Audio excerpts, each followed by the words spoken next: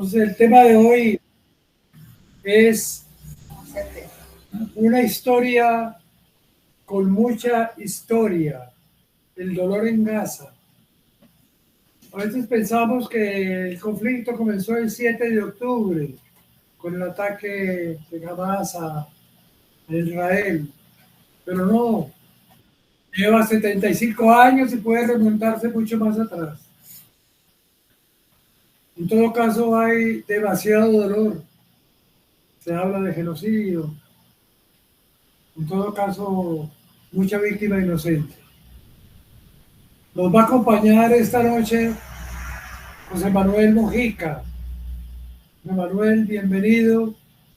Hace ratico que no nos vemos, pero creo que la amistad y el cariño están intactos y es una gran alegría. Gracias, padre. Entonces, sin más preámbulos, le doy la palabra a José Alejandro, que va a moderar, como siempre, esta reunión. Buenas noches a todos. Hola, buenas noches a todos. No, vamos de una, José Manuel, para que ganemos tiempo, que el tiempo es breve. Adelante, hermano, y muchas gracias en nombre de todos. Bueno, muchas gracias a ustedes por la invitación. Estoy muy contento de verlos y de poder compartir unos elementos para la reflexión.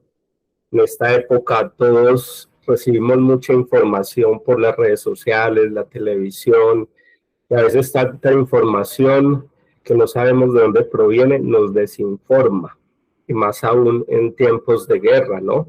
Porque cuando se desinforma, los políticos que quieren la guerra, pues están logrando su objetivo. Entonces yo quiero en estos minutos como generar una reflexión, no solo sobre la guerra en Gaza, sino también sobre las guerras que hay y sobre nuestra guerra también. Bueno, bien dijo el padre ahorita, este conflicto se remonta oficialmente hacia 1948, 75 años, pero tiene unos antecedentes mucho más atrás. Pero bueno, desde que inició la guerra en Gaza, desde el 7 de octubre, han muerto, aquí traigo las cifras más recientes, lo acabo de descargar, que hasta la fecha, de acuerdo con los datos que se tienen, porque es muy difícil también tener datos exactos sobre la guerra. Hasta el momento en la Franja de Gaza han muerto 28.775 personas, por lo menos. La gran mayoría civiles, entre ellos 12.300 niños y 8.400 mujeres. O sea que 20.000 personas fallecidas, pues, que no sean hombres o jóvenes hombres, que por lo general son quienes van a la guerra, pues es complejo. A lo que se suman más de 68.000 heridos, incluidos más de 8.000 niños heridos y más de 6.000 mujeres heridas y más de 7.000 desaparecidos, ¿no? Entonces esto nos muestra que en ¿cuántos meses? 4 meses, ¿no? La destrucción ha sido masiva. Pero bueno, entonces yo quiero en este ratico que reflexionemos desde la historia, a través de las diferentes etapas por las que ha pasado el conflicto entre Palestina e Israel, desde la creación del Estado de Israel en 1948, a las guerras con los países árabes, la colonización y el apartheid, y ahora como una nueva etapa que es el genocidio. Ahora después también quiero que reflexionemos sobre desde la geopolítica, ¿no? La geopolítica estudia esos intereses que hay en la política en función de la geografía o del territorio, que tiene que ver por un lado con los beneficios de generar una guerra en el Medio Oriente, con los beneficios económicos, porque la guerra no deja de ser un negocio, y con los beneficios de lograr la desunión del mundo árabe en una zona pues rica en hidrocarburos y puntualmente en una zona donde el agua es escasa, ¿no? Ustedes saben, eso es una zona muy desértica, muy seca, muy árida, entonces el agua tiene un valor muy alto. Pero antes de empezar a estas dos aproximaciones, primero, esto no es un conflicto religioso.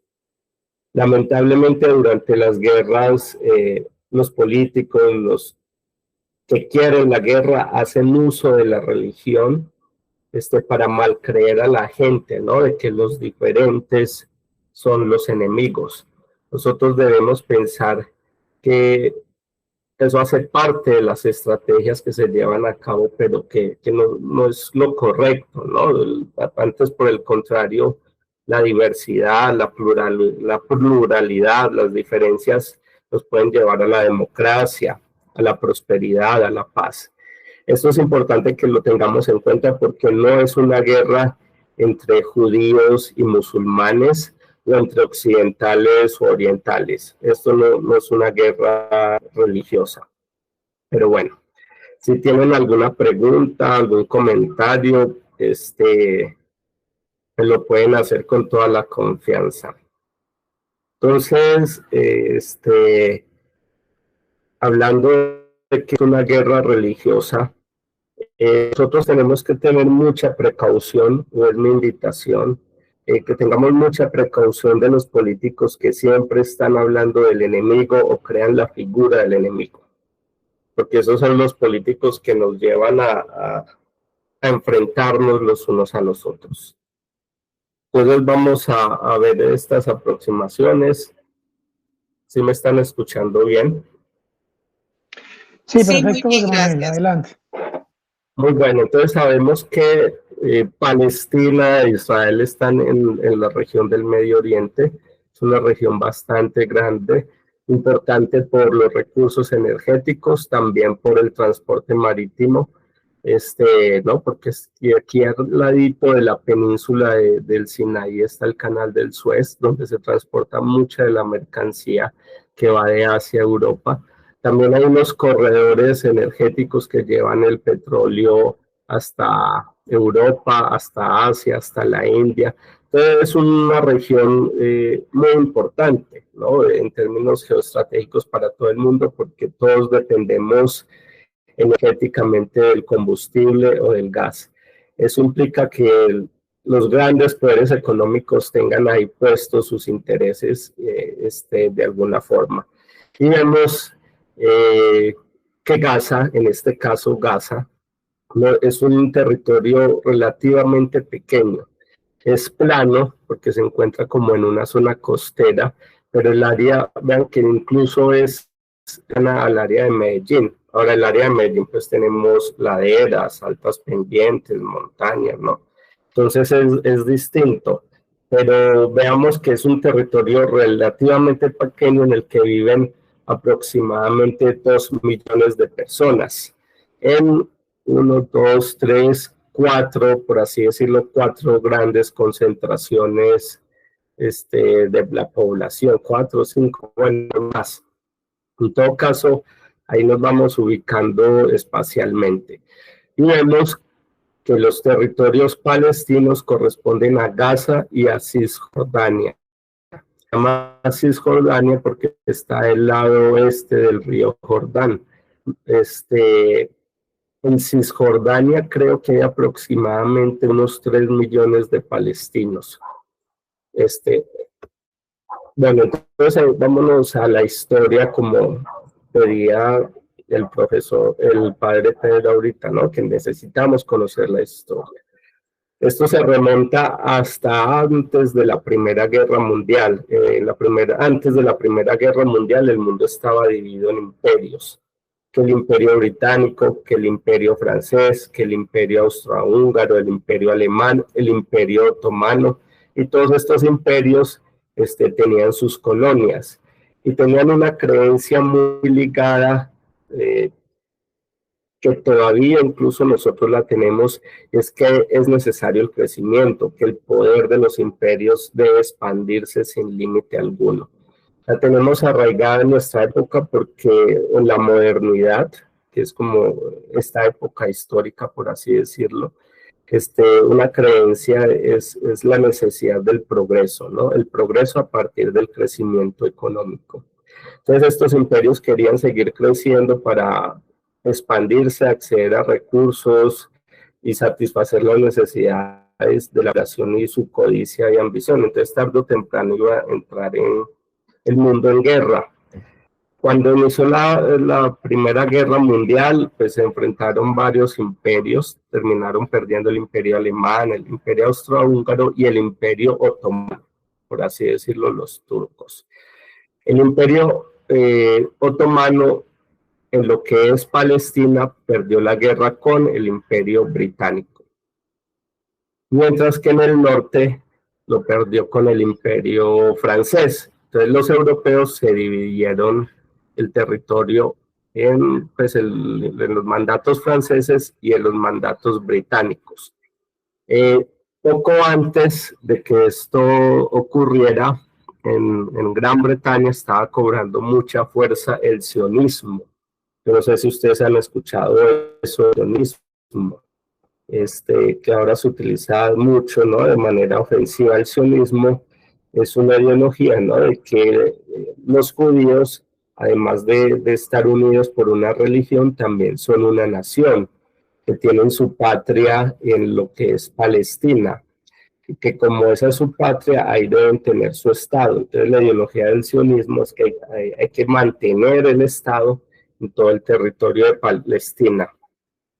Entonces, como había mucha influencia del sionismo en el imperio, bueno, ya no imperio, en Gran Bretaña, después de la Primera Guerra Mundial, entonces dividieron el terreno en dos, el territorio, en dos mandatos británicos. Por un lado, el Emirato de Transjordania, en el que Gran Bretaña le prometió a los árabes un gran estado, y del otro lado, el mandato de Palestina, en el que Gran Bretaña le prometió a los judíos que ahí podían hacer su hogar. Y bueno, y es bueno tener en cuenta que con el Imperio Otomano, pues en este territorio habían musulmanes, habían cristianos y habían judíos que vivían en una relativa paz, ¿no? Vivían diferentes culturas, diferentes religiones. Pero pues, todavía no había estallado la Segunda Guerra Mundial y las naciones de judíos fueron todavía muy limitadas después de la Primera Guerra Mundial.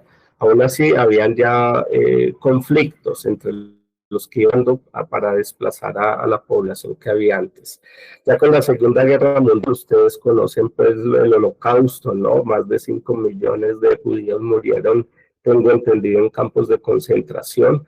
Esto implicó pues que en la guerra y después de la guerra muchos judíos tuvieran que ir a Europa, pues fueron a Palestina esperando allá encontrar su hogar, ¿no? Un estado que les propiciara mayor seguridad. Entonces, en 1948, después de que se acabara la Segunda Guerra Mundial, se creó el Estado de Israel en 1948. Con el apoyo, pues, o el reconocimiento de Gran Bretaña, que de una u otra forma tampoco sabía cómo manejar los conflictos internos que ya se estaban dando ahí en Palestina. Ahí inició una guerra, la primera guerra entre los países árabes e Israel en 1948. Fue la primera guerra que la ganó Israel. De una u otra forma, la herida del Holocausto estaba muy abierta y recibieron apoyo militar de los otros países para ganar la guerra contra los árabes. Y se inició lo que llaman los palestinos el Nakba, ¿no? Que significa en árabe desastre o tragedia. Muchos palestinos tuvieron que desplazarse de sus tierras originales, porque, bueno, Israel ganó la guerra. En medio de ese conflicto, entonces la ONU propuso la creación de dos estados. Todavía una propuesta que se está discutiendo ahora con la guerra, ¿no? De que para alcanzar la paz se necesitan crear dos estados, y propuso, como pueden ver aquí, los dos estados.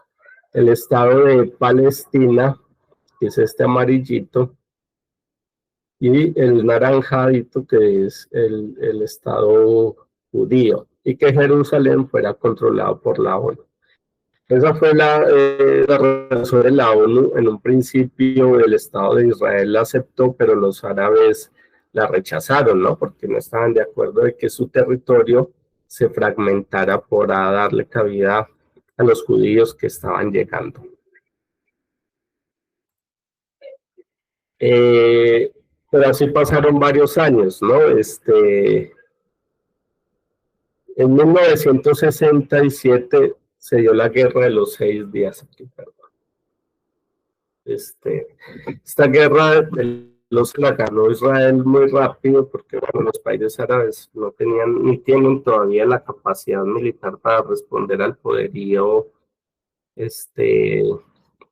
Israel y su fuerte alianza que tiene con los Estados Unidos. En aquel entonces Israel invadió lo que es la península de Sinaí y se enfrentó con Egipto. También invadió el sur del Líbano. Eso es bueno que lo tengamos en cuenta porque cuando ocurrió el Nakba, ¿no? Los primeros palestinos que tuvieron que huir, muchos se fueron a Egipto, otros se fueron a Cisjordania, otros se fueron al sur del Líbano. Y aquí viene una reflexión muy importante que debemos dar cuenta porque también hoy la guerra se está dando en el sur del Líbano con el grupo llamado Hezbollah. Y es que el sur del Líbano tuvo mucha influencia de muchos palestinos que emigraron en aquel entonces. Y aquí hay que pensar de que la guerra se transmite de generación en generación, ¿no? Entonces, si los abuelos abandonan la guerra y le transmiten esos sentimientos de tristeza, de víctimas, ¿no? A sus hijos y de sus hijos a sus hijos, la guerra se transmite, ¿sí? Alguien alzó la manito.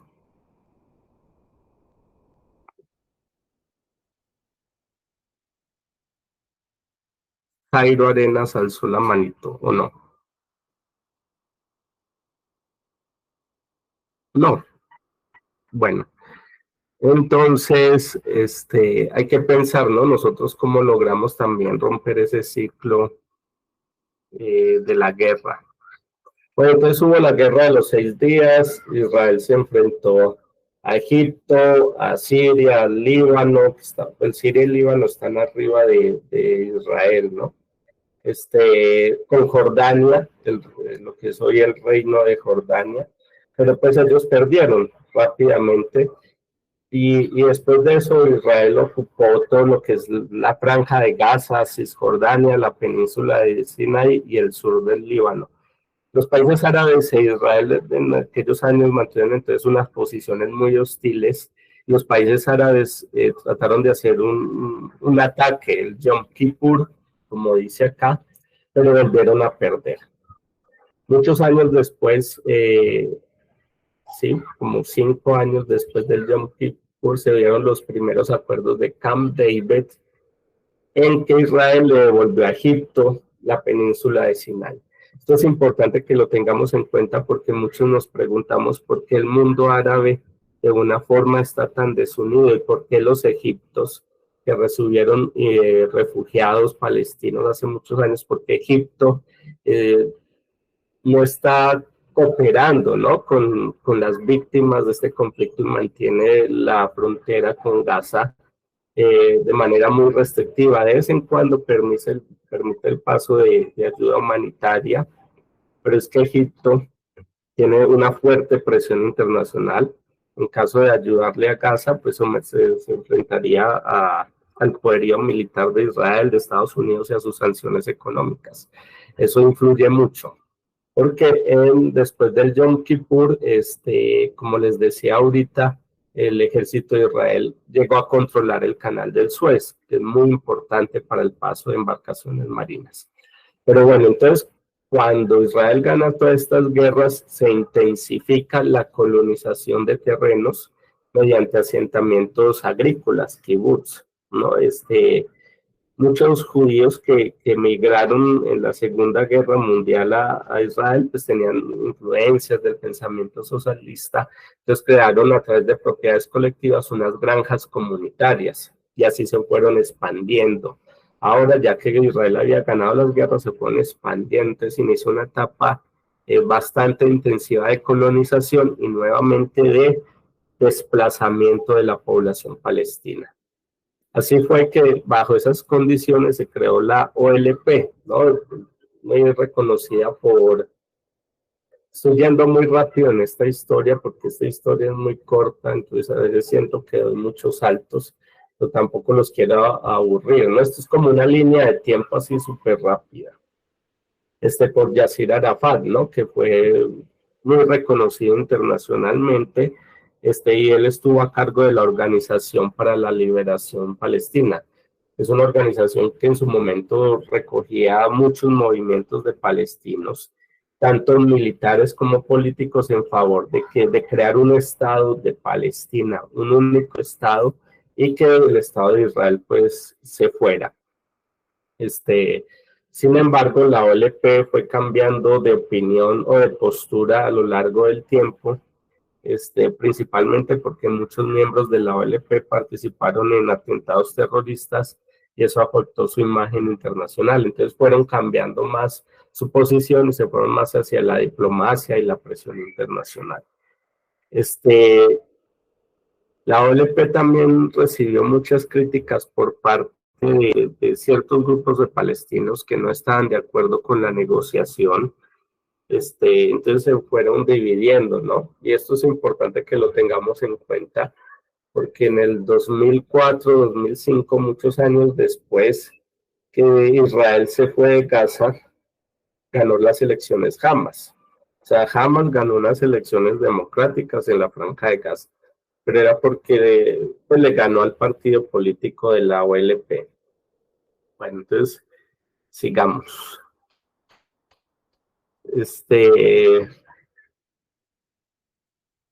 El apartheid, aquí hablamos de un apartheid, porque a partir de la colonización de muchos de los terrenos palestinos, más allá de los terrenos que habían sido reconocidos por la ONU, ¿no? Porque a través de estas guerras Israel conquistó muchos más terrenos palestinos. Se habla de un apartheid porque el Estado de Israel tiene una política sumamente racista contra la población árabe, ¿no?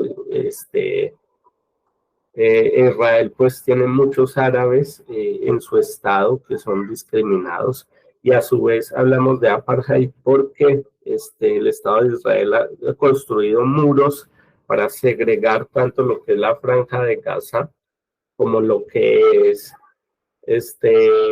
Cisjordania, ¿no? A través de unos muros para separar a la población, además de las políticas racistas internas. Entonces se habla que después de esa colonización hubo una fuerte política de apartheid. Evidentemente, pues esto generó mucha tensión, muchos conflictos. La OLP se vio dividida y hubo un movimiento, pues lo que llaman intifadas en la década de los 80 y los 90, movimientos populares, ¿no? Que se levantan en revueltas contra el ejército de Israel, tanto en Gaza, en Cisjordania, como en distintas ciudades de Israel. Y a partir de esas intifadas es que nace el grupo Hamas, ¿no? Que es considerado por muchos estados como un grupo terrorista. Nace por sus desacuerdos con la Organización para la Liberación de Palestina, que consideraba que no estaba bien que generara negociaciones o acuerdos con Israel o con otros países. Esto llevó a la fundación de Hamas. Nuevamente en Hamas sí hay una importancia del discurso religioso, pero como ya les había dicho previamente, el discurso religioso se apropia, ¿no? Para movilizar a la gente, para que la gente entre en guerra, ¿no? Y vean sus acciones como justificadas en sus creencias. José Manuel, sí. Un detallito, perdón, interrumpo ahí, es que me parece que es como parte de la clave de todo lo que nos has contado. En efecto, hay mucha información. No, creo que es muy importante subrayar el hecho de que la OLP llegó a ganar a través de Yasser Arafat el Premio Nobel de Paz. O sea, en el año 94 gracias a una postura mucho más concertada, más dialogante con Israel, obtiene el Premio Nobel de Paz. Lo que ocurre con este otro grupo político que ahora gobierna.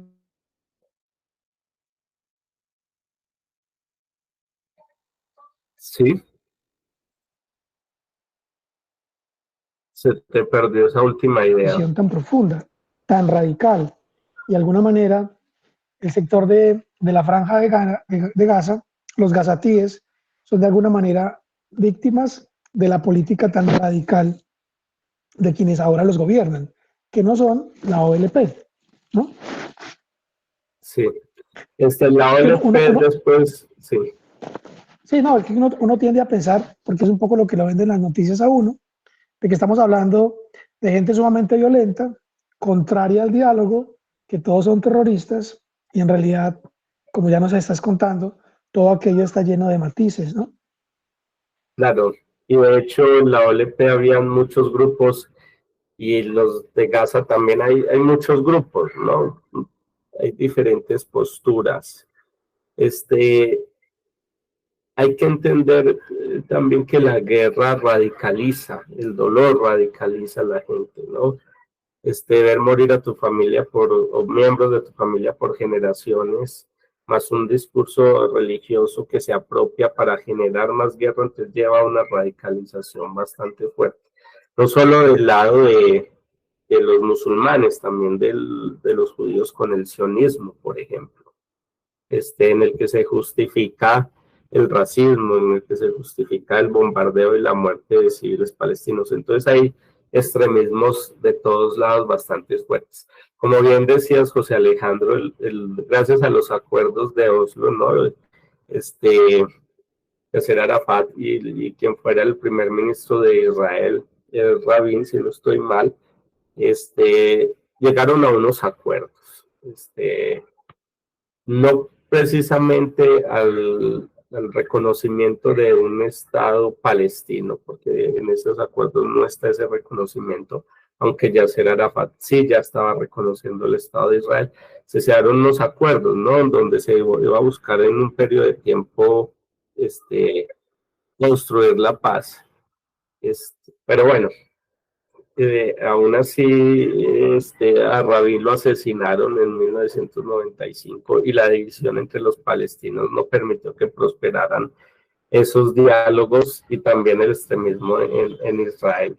Ahora, esto es importante que lo tengamos en cuenta. La OLP es lo que prácticamente llamamos la Autoridad Nacional Palestina, que es reconocido como en la ONU como el representante del Estado de Palestina. O del Estado de Palestina. Para que el presidente hoy es Mohamed Abbas, si no lo estoy pronunciando mal. Ya en el 2005, Israel estaba ocupando Gaza y Cisjordania desde hace más de 30 y pico de años, ¿no? Después de la guerra de 6 días, Israel se quedó en Gaza, el ejército controlando Gaza y Cisjordania y la población pues ahí confinada en todo caso. El ejército se retiró, el partido político de la OLP, Al-Fatah, si no estoy mal así la pronunciación, trató de hacer un acercamiento con los grupos en Gaza, con Hamas para ganar las elecciones, pero la perdieron. Entonces Hamas ganó las elecciones en 2005-2006 y desde entonces es el actor que gobierna la franja de Gaza. Aquí si ven estas imágenes, ejemplos de lo que yo les decía, el apartheid, que durante muchos años construyó el Estado de Israel, tanto en Gaza como en Cisjordania, ¿no? Las imágenes de los muros que hay, incluso está en Jerusalén, ¿no? El oriente de Jerusalén está a cargo de Jordania, si no estoy mal, de Cisjordania, y el otro lado a cargo de Israel. Y José Manuel, aquí, sí, no estoy mal, sí. Un detalle para que también entendamos un poco lo que suponen esos muros. Israel controla lo que entra Estamos hablando desde antes de este último capítulo del conflicto. Israel controla todos los suministros que entran a la franja de Gaza. Es decir, los palestinos no son autónomos sobre la comida que les ingresan, sobre el agua, todo eso lo controlan los judíos. Incluso los pescadores palestinos no pueden irse a mar abierto. Ellos tienen unas restricciones muy concretas sobre hasta dónde adentrarse en el que se supone que es su línea costera. Es decir, están realmente sometidos por unas restricciones que son sumamente severas y que por supuesto se recrudecieron en este último tiempo.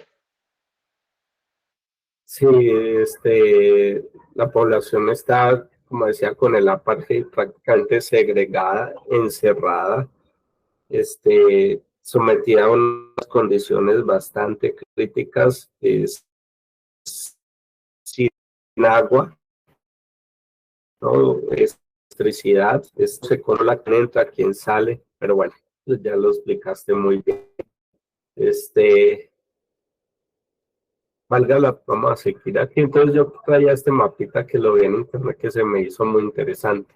Antes de que se declarara el Estado de Israel en 1948, en verdecito vemos todo lo que pertenecía, por así decirlo, a Palestina, y en amarillo los asentamientos de judíos.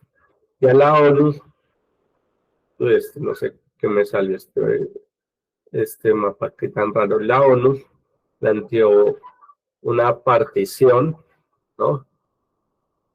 En el que los verdecitos pues es Palestina y el amarillo Israel. Y vean cómo se ha ido fragmentando el terreno, los territorios de Palestina hasta la actualidad.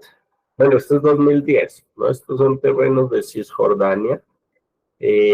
Cisjordania, si bien es más grande, los otros terrenos están siendo ocupados por las fuerzas, o han sido ocupados por las fuerzas militares de Israel. Y vean lo pequeñito que es la franja de Gaza, ¿no? Esto es muy importante porque ahorita Israel está planeando un ataque contra Rafah, que es pues está al sur de Gaza, e incluso ahí es donde está la mayor cantidad de refugiados.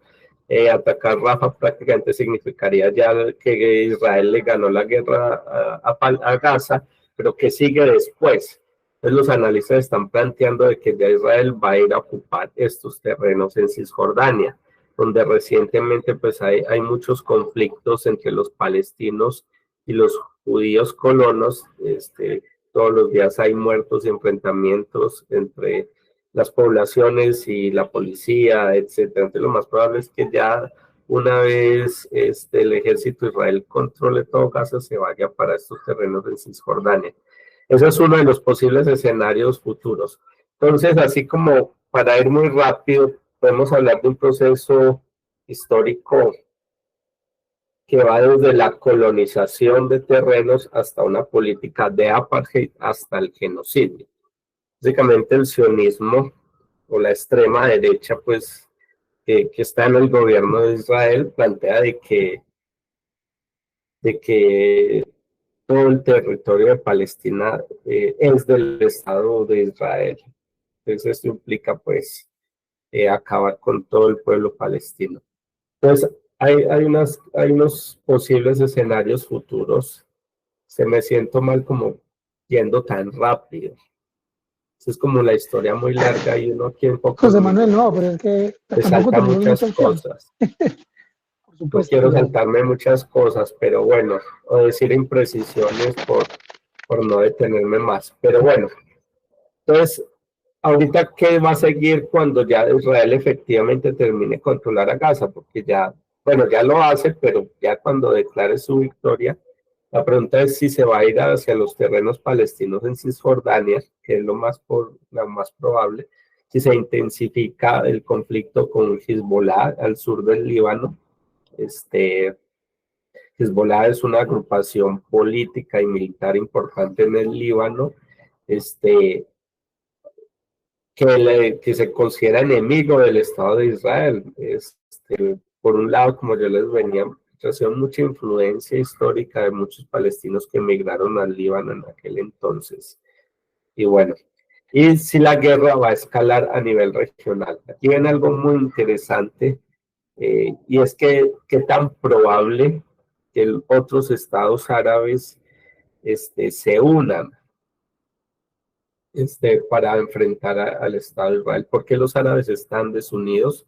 Es una pregunta que se me hace muy interesante, que quiero mostrarles ahora más desde una aproximación geopolítica. O sea, cómo la geografía influye en la política. Eso es lo que dice esta disciplina de la ciencia política. El Medio Oriente, como les había dicho, es una región muy, muy, muy grande, que tiene a Turquía, que tiene a Siria, Líbano, el Reino de Jordania, Arabia Saudita, Qatar, los Emiratos Árabes, Egipto y la península de Sinaí de Egipto, ¿no? Es una zona muy importante por el petróleo, por el gas, por ser zona de paso de embarcaciones. Eso lo posiciona pues como un centro de interés global para los poderes económicos. Entonces, hay básicamente tres grandes poderes en el Medio Oriente, por así decirlo, lo que es Turquía, lo que es Irán y lo que es Arabia Saudita, ¿no? Todos estos países tienen sus posturas y sus alianzas. Bueno, imponiendo a Israel, obviamente, ¿no? Entonces serían cuatro.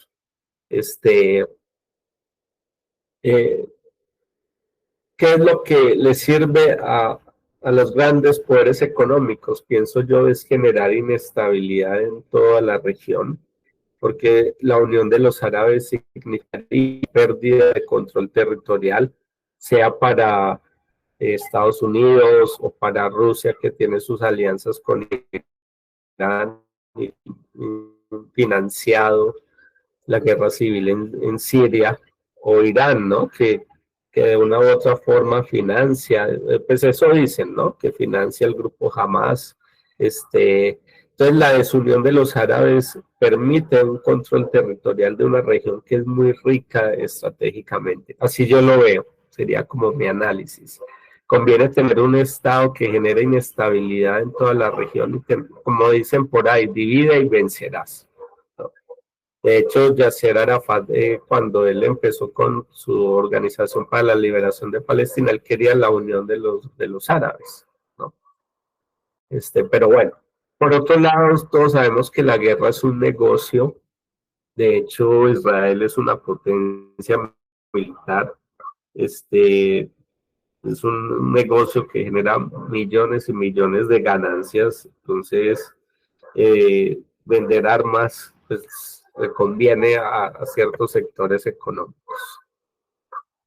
Así yo lo veo como a grandes rasgos, ¿no? La división de los árabes y la inestabilidad en una región para poderla controlar y acceder a sus recursos. Por otro lado, creo que es importante hablar del aspecto del agua. En todo lo que es este territorio, el agua aquí es muy escasa.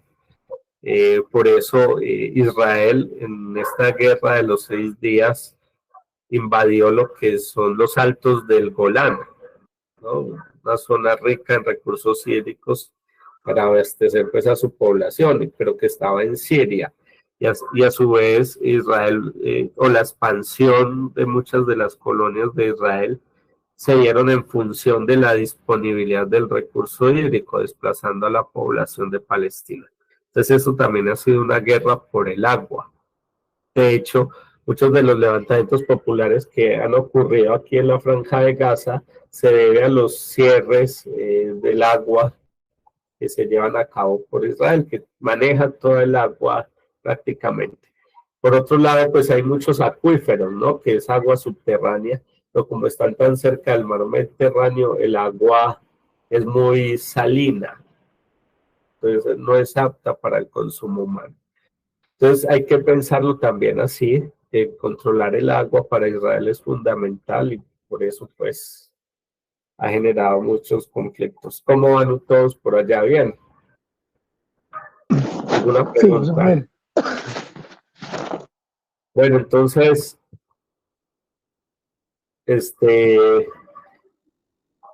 Aquí dice que la llamada terminará dentro de 15 minutos. Bueno, Bueno, José Manuel, si entonces, quieres, obligados por ese tiempo, ¿qué te parece si redondeamos como tu reflexión y damos paso a alguna pregunta de quien nos acompañe?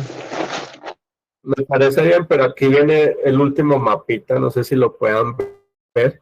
Última información que hay en términos de lo que controla las fuerzas de Palestina y lo que controla Israel. Vean que ya todo el norte de Gaza en color azul lo controla las fuerzas de Israel, mientras que el sur está bajo control de las fuerzas de Hamas, ¿no? Que aquí es para donde se vienen los próximos días, seguramente los ataques, donde se va a intensificar los ataques y la ocupación militar, donde está aglutinada la gran cantidad de gente con la esperanza de poder ir a Egipto, que mantiene esta frontera prácticamente cerrada, lo que nos muestra una situación vergonzosa en términos de la humanidad, ¿no? De cómo vamos a dejar morir a un montón de gente aquí encerrada porque la gente en Palestina, en Gaza, perdón, no tiene a dónde ir, básicamente.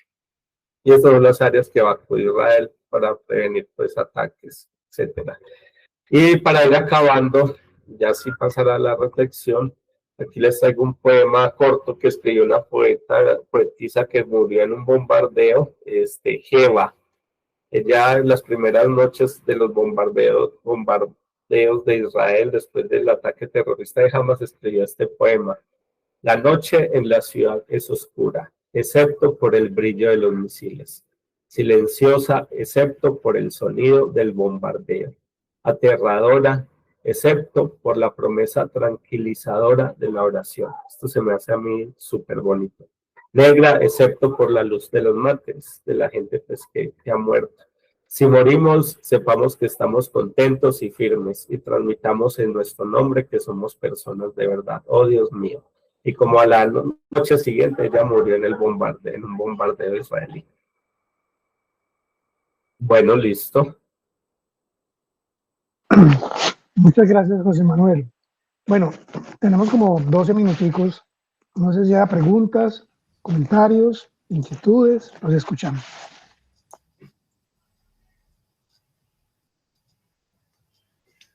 Sí, buenas noches. Yo quisiera hacer una pregunta. Según esto, pues no sé, esto no es una guerra con un fundamento religioso, pero me parece que es difícil no pensar que es así, porque básicamente hay dos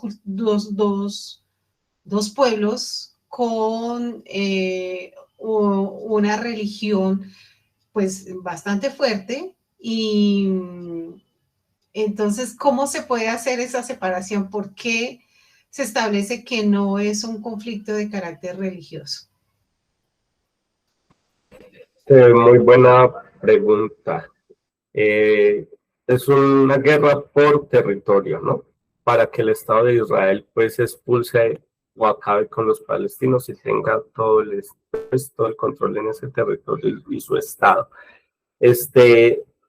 Por ejemplo, en Gaza hay católicos, hay judíos y hay musulmanes. En Israel también hay musulmanes, hay judíos y hay católicos. En la religión se apropia, ¿no? Y esto es algo que deberíamos hablar, ¿no? Se apropia para generar, se malapropia, ¿no? Se malinterpreta para hacer mal creer a la gente que la causa es religiosa y precisamente se vayan y se maten, porque cuando le dicen a uno que no se vayan a matar por un pedazo de tierra, pero sí por la eternidad, por ser un mártir, él cambia la manera en que la gente cree las cosas. Yo pienso que las diferencias culturales antes nos pueden unir más, generar mayor democracia, mayor prosperidad. Cuando queremos que todo sea igual, es cuando hay más guerra, ¿no? Porque queremos opacar las diferencias. No sé si respondí más o menos bien. Esto sí, nos hacen creer que es una guerra entre judíos y musulmanes o el occidente contra el islam. Eso no es así. De hecho, la historia nos ha demostrado que los musulmanes, los cristianos y los judíos pueden vivir en paz en un mismo territorio.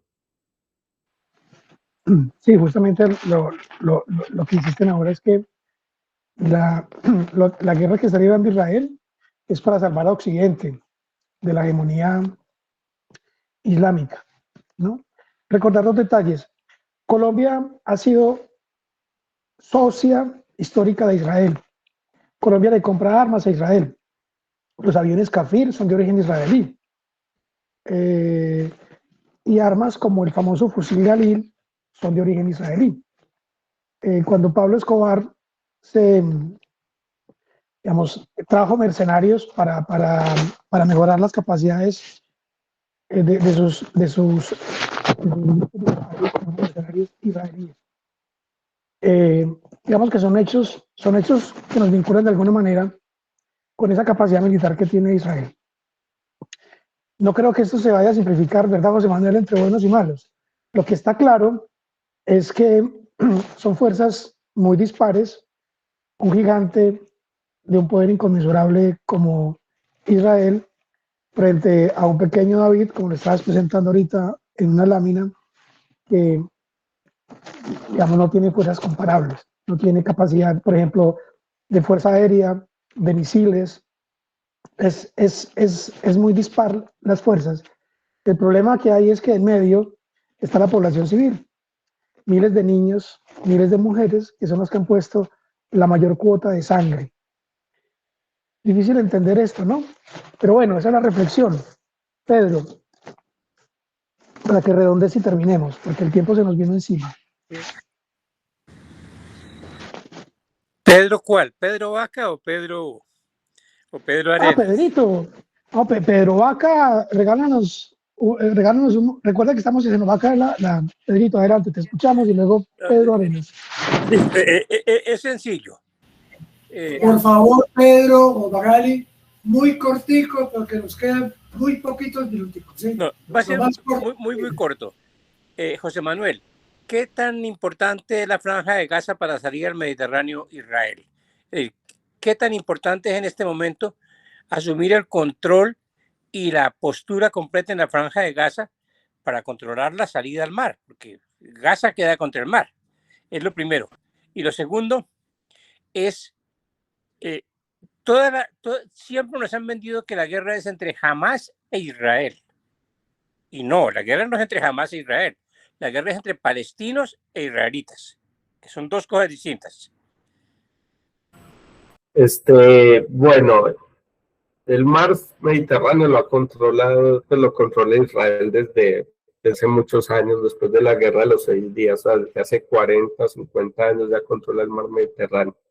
Entonces, controlar la franja de Gaza para el mar Mediterráneo no es tan importante ahora para Israel.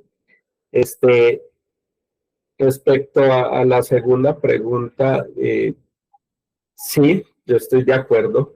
No es solo una guerra bueno, sí es un conflicto, digámoslo así, donde hay momentos de crisis a lo largo de la historia, y que lo más posible, lamentablemente, es que termine con el genocidio del pueblo palestino, a menos de que los países árabes se unan y ejerzan presión contra Israel. Es como yo lo veo. No creo que Israel esté interesado en buscar la paz en estos momentos. Ok.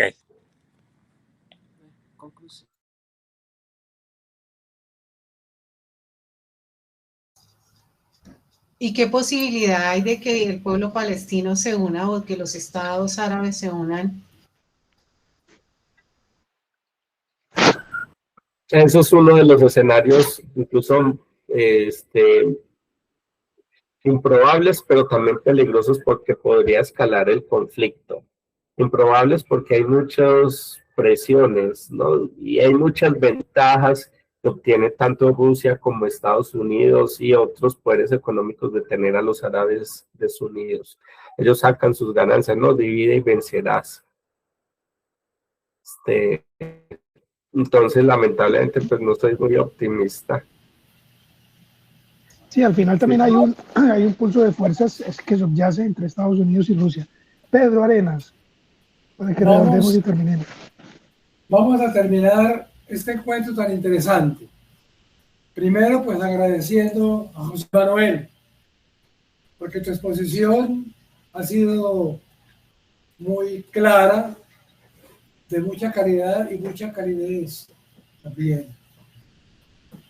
Se nota el cariño y el empeño que pusiste en esto. Creo que nos aclaras muchas cosas.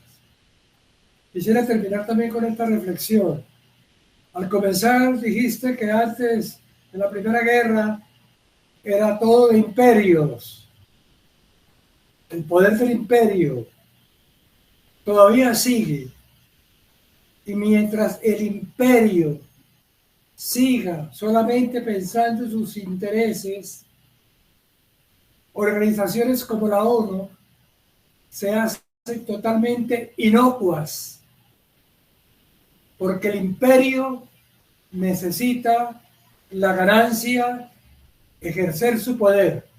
Mientras el imperio siga con esta política, no hay prácticamente ninguna posibilidad de un diálogo, de un arreglo humano entre humanos.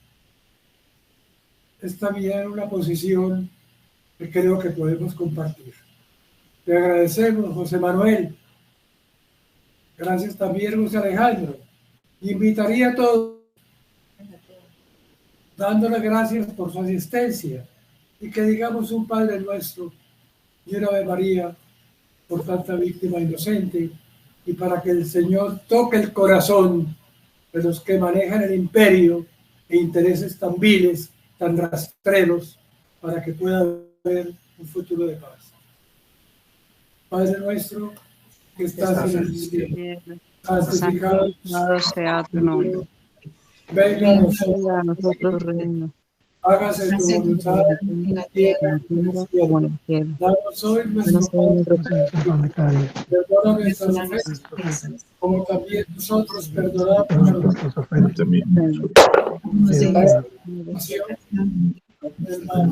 Hermano, amén. Llena eres de gracia, el Señor es contigo. Bendita tú Todas eres, las mujeres, bendito es el fruto de tu tu vientre, Jesús. Santa María, Madre de Dios, por Ruega por nosotros nosotros pecadores, pecadores, ahora ahora y y en en la hora de nuestra muerte. Amén. la bendición de Dios Todopoderoso, Padre, Hijo, Espíritu Santo, descienda sobre ustedes, descienda sobre todo, sobre tantas víctimas inocentes, descienda también sobre el corazón y la vida de los que propician tanto dolor. Amén. Amén. Gracias. Gracias.